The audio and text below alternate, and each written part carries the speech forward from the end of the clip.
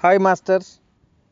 రోజుకు ఒక మంచి మాటలో ఒక యోగి ఆత్మకథ 115వ రోజు అండి ఈరోజు. నిన్నటి రోజుని మరి హిందూ మతాన్ని గురించి గాంధీ గారికి ఉన్నటువంటి అభిప్రాయాలు ఏంటో స్పష్టంగా మనం తెలుసుకున్నాం. ఈరోజు మరిన్ని విశేషాలు విందాం. క్రీస్తు గురించి గాంధీ గారు ఇలా రాశారు: ఆయన కనుక ఇప్పుడు మనుషుల మధ్యగా నివసిస్తూ ఉంటే ఆయన ప్రభు అంటూ పిలిచే ప్రతి వాళ్ళు కాక నా తండ్రి ఇచ్ఛానుసారంగా నడుచుకునేవాడు మాత్రమే అని రాసినట్టుగానే బహుశా తన పేరు కూడా ఎన్నడూ వినివుండని అనేక మంది జీవితాలను దీవించి ఉండేవాడని నా దృఢ విశ్వాసం.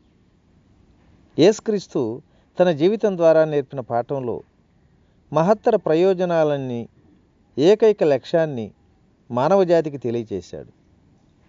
మనందరం ఆశించి ఉండాల్సింది మహదాశయమైనటువంటి ఆశయం ఇది. ఆయన ఒక క్రైస్తవ మతానికే కాదు, యావత్ ప్రపంచానికి, సర్వదేశాలకు, సర్వజాతులకు చెందినవాడని నా విశ్వాసం. వార్ధాలో నేనున్నటువంటి చివరి రోజు సాయంత్రం టౌన్ హాల్లో శ్రీ దేశాయ్ ఏర్పాటు చేసిన సమావేశంలో ప్రసంగించాను. యోగశాస్త్రాన్ని గురించి నేను ఇచ్చే ఉపన్యాసం వినటానికి వచ్చినటువంటి జనం సుమారుగా 400 మంది. ఆ గదిలో కిటికీల్లో కూడా కిక్కిరిసిపోయారు. నేను మొదట హిందీలోను, ఆ తర్వాత ఇంగ్లీష్లోను ప్రసంగించాను. నిద్రపోవటానికి ముందు మహాత్ముల దర్శనం కోసం మేము సకాలంలో ఆశ్రమాన్ని తిరిగి వచ్చాం. ఆయన ఆ సమయంలో ప్రశాంతంగా కూర్చొని ఉత్తర ప్రత్యుత్తరాలు చూసుకుంటున్నారు. ప్రొద్దుట 5 గంటలకు నేను నిద్రలు వచ్చేసరికి చీకటి ఇంకా తచ్చాడుతూనే ఉంది.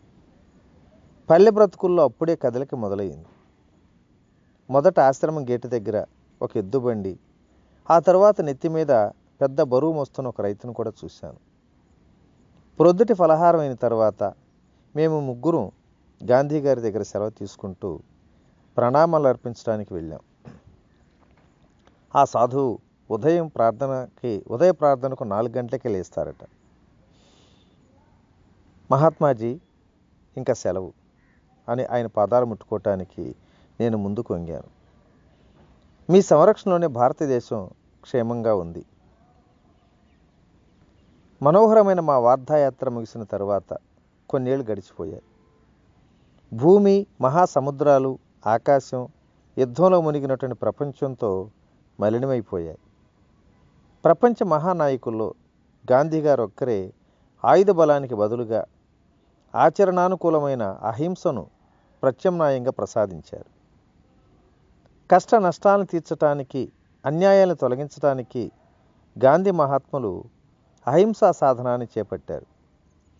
అవి ఎంత ఫలదాయకమైనవో పదే పదే నిరూపించుకున్నాయి. ఆయన తమ సిద్ధాంతాన్ని తన మాటలు ఇలా చెప్పారు: వినాశనానికి నడుమ జీవితం కొనసాగుండటం చూశాను. కాబట్టి వినాశనం కంటే పరమధర్మం ఒకటి ఉండి తీరాలి. ఒక్క ధర్మంలో సువ్యవస్థితమైన సమాజమే అవగాహనకు అందుతుంది. జీవితం జీవనయోగ్యం అవుతుంది. జీవిత ధర్మం అదే అయినట్లయితే మనం దాన్ని నిత్య జీవితంలో అమలు పెట్టాలి. యుద్ధాలు ఎక్కడ ఉంటే అక్కడ, ప్రత్యర్థి ఎక్కడ ఎదురైతే అక్కడ మనం ప్రేమతో జయించాలి. ఒకానొక ప్రేమ సూత్రం నా జీవితంలోనే విధ్వంసం సూత్రం అందించాల్సినంత ఫలితాన్ని అందించింది. భారతదేశంలో మనకు ఈ సూత్రం పనిచేయటం అత్యంత విశాల స్థాయికి కళ్ళకు కట్టింది. అహింస 36 కోట్ల మందిలోకి చొచ్చుకుపోయిందని నేను అనను. కానీ అత్యంత స్వల్పకాలంలోనే ఏ ఇతర సిద్ధాంతము చొచ్చుకుపోనంతగా ఇది చొరబడిందని తప్పకుండా చెబుతాను. అహింసాత్మక మనస్థితి సాధించటానికి చాలా శ్రమతో కూడిన శిక్షణ అవసరమవుతుంది. సైనికుడి జీవితంలాగే అది క్రమశిక్షణతో కూడిన జీవితం. మనోవాక్కాయాల సరైన సమయం పొంది ఉన్నప్పుడే పరిపూర్ణ స్థితిని అందుకోవటం జరుగుతుంది. సత్యాహింసల నియమాన్ని మన జీవిత ధర్మంగా చేసుకోవాలని నిర్ధారణ చేసుకుంటే ప్రతి సమస్య పరిష్కారానికి లొంగుతుంది. ఆధ్యాత్మిక దృష్టి లేకపోతే ప్రజలు నశించిపోతారన్న సత్యాన్ని భయంకరమైన ప్రపంచ రాజకీయ సంఘటనల పరంపర నిర్దాక్షిణ్యంగా చూపిస్తుంది. మతం కాకపోతే విజ్ఞాన శాస్త్రం మానవ జాతిలో భద్రతారాహిత్య జ్ఞానాన్ని ఏమాత్రం లేశమైనా సరే సమస్త భౌతిక వస్తువుల అశాశ్వతత్వాన్ని జాగృతం చేసింది. మానవుడిప్పుడు అంతర్నిహితమైనటువంటి తన మూలతత్వం దగ్గరికి, అంటే తనలో ఉన్న పరమాత్మ దగ్గరికి కాకపోతే నిజంగా మరి ఎక్కడికి పోతాడు? చరిత్ర తిరగేసినట్లయితే మానవుడి సమస్యలేవి పాశవిక శక్తికి ఉపయోగించడం వల్ల పరిష్కారం కాలేదని సహేతుకంగా ఎవరైనా చెప్పవచ్చు. మొదటి ప్రపంచ యుద్ధం దుర్భరమైన భయానక కర్మను సృష్టించింది. అది రెండో ప్రపంచ యుద్ధంగా పరిణమించింది. ఇప్పటి దుష్కర్మ అనే పెద్ద మంచుగడ్డను కరిగించగలిగింది. సోదరభావం అనే ఎండవేడి మాత్రమే లేని నాడు అది మూడో ప్రపంచ యుద్ధంగా మారవచ్చు కూడా. 20వ శతాబ్దిలో అమంగళత్రయం వివాదాలను పరిష్కారం చేయటంలో మానవ వివేకానికి బదులుగా అటవిక తర్కాన్ని ఉపయోగించినట్లయితే భూమి మీద మళ్ళీ అటవికతను సృష్టించినట్లే. జీవితంలో సోదరులు కాకపోతే భయానక మృత్యువులోని సోదరులు అవుతారు వాళ్ళు. అణుశక్తుల్ని కనిపెట్టడానికి దైవం ప్రేమతో మనిషిని అనుమతించింది. అటువంటి అవమానం తెచ్చుకోవటానికి కాదు కదా. యుద్ధము నేరము ఎన్నడూ లాభించవు. విస్ఫోటక శూన్యత అనే పొగలోకి పోయిన కోట్ల కొద్ది డాలర్లు ఒక కొత్త ప్రపంచాన్ని, రోగమనేది దాదాపు లేకుండా, పేదరికం అసలే లేకుండా ఉండే ప్రపంచాన్ని రూపొందించడానికి సరిపోయి ఉండేది. భయం, సంక్షోభం, కరువు, మహామారి విలయ తాండవం చేసే ప్రపంచం కాదు నెలకొలవలసింది. శాంతి, సౌభాగ్యం విస్తరించే జ్ఞానం ఉండే విశాల ప్రపంచం కావాలి. గాంధీ గారి అహింసావాణి మానవుడి అత్యున్నత చేతను సృష్టిస్తుంది. దేశాలకి ముందు మైత్రి ఏర్పరచుకోవలసింది చావుతో కాదు, బ్రతుకుతోనే. నాశనంతో కాదు, నిర్మాణంతో.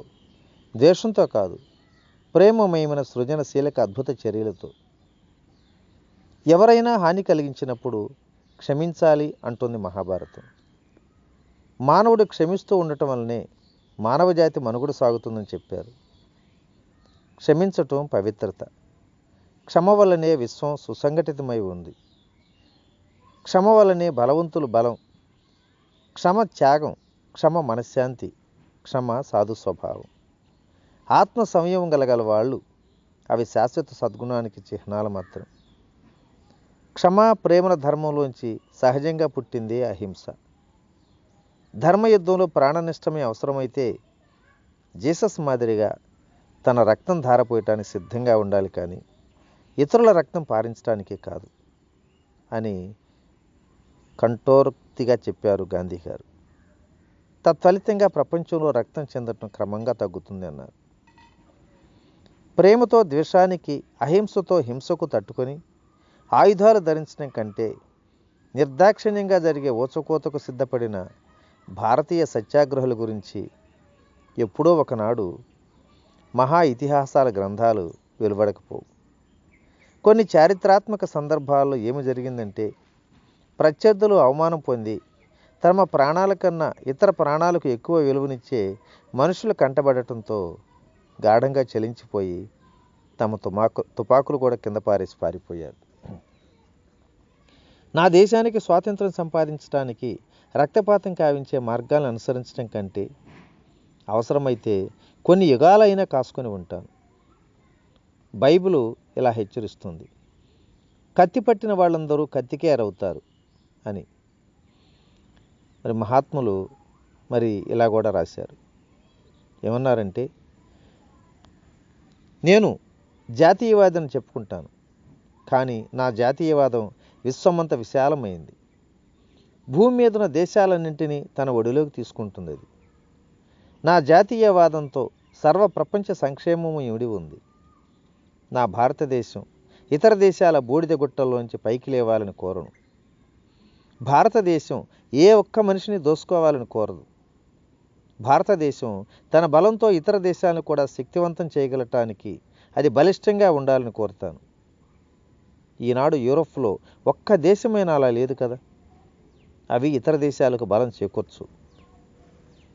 ప్రెసిడెంట్ విల్సన్ 14 చక్కని అంశాలు రూపొందించి వాటిని పేర్కొన్నాడు. కానీ ఇంతా చేసి శాంతి సాధించడానికి మనం చేసే ప్రయత్నం విఫలమైందంటే మళ్ళీ చేపట్టడానికి మనకు ఆయుధాలు ఉండనే ఉన్నాయి అన్నాడు. ఆ స్థితిని నేను ఇలా తిప్పి చెప్పాలనుకుంటున్నా. ఇప్పటికే మన ఆయుధాలు విఫలమయ్యాయి. ఇప్పుడిక కొత్త దారి వెతుక్కుందాం. సత్యం అనే ప్రేమ, దైవశక్తిని ఉపయోగించి చూద్దాం. అది ఉంటే మనకి ఇంకేమీ అక్కర్లా. ఓకే మాస్టర్స్, మరి ఈరోజు ఈ మంచి మాటను ఇంతటితో ముగించుకుందాం. రేపటి రోజుని మరిన్ని విశేషాలతో కలుసుకుందాం. ఓకే ఓకే, ఇట్లా మీ రామిరెడ్డి మానసరావు. Thank you.